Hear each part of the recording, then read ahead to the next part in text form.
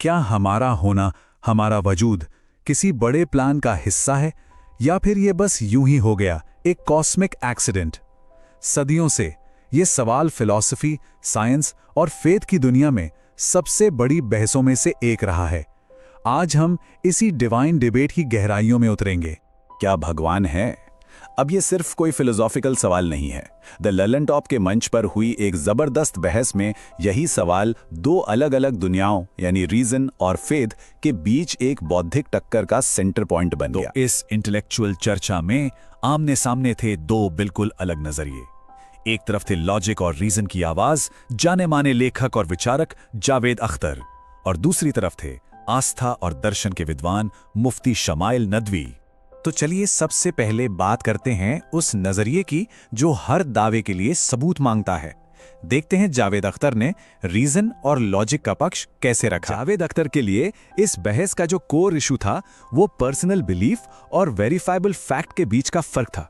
उनका सीधा कहना था कि देखिए, आस्था एक निजी एहसास हो सकती है बिल्कुल, लेकिन उसे एक यूनिवर्सल ट्रूथ यानी एक ऐसा सच जो सब पर लागू हो उस तरह से पेश नहीं किया जा सकता।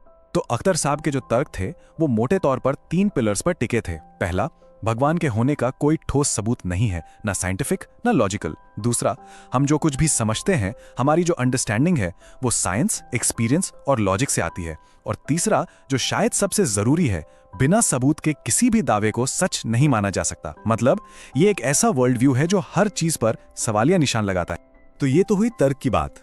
अब सिक्के का दूसरा पहलू देखते हैं और समझते हैं कि ये कैसे पर्पस और फर्स्ट कॉज के आधार पर एक बिल्कुल अलग दुनिया बनाता है। यहाँ पर मुफ्ती नदवी ने पूरे यूनिवर्स को एक इफेक्ट यानी एक प्रभाव के तौर पर सामने रखा, और उनका तर्क था कि अगर कोई इफेक्ट है तो उसका कोई ना कोई कॉज यानी कारण जरूर होगा, और इस सृष्टि का जो सबसे पहला और आखिरी कारण है उसी को हम ईश्वर या गॉड कहते हैं। इस नजरिए से देखें तो साइंस और रिलीजन ये दोनों दुश्मन नहीं हैं, बल्कि ये अलग अलग सवालों के जवाब देते हैं।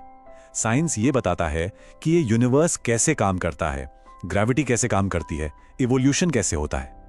लेकिन रिलीजन पूछता है क्यों, हमारे होने का मतलब क्या है। ये हमें एथिक्स और पर्पस का एक फ्रेमवर्क देता है जो शायद साइंस अकेला नहीं दे सकता। तो सवाल उठता है, जीता कौन, अख्तर साहब या नदवी साहब?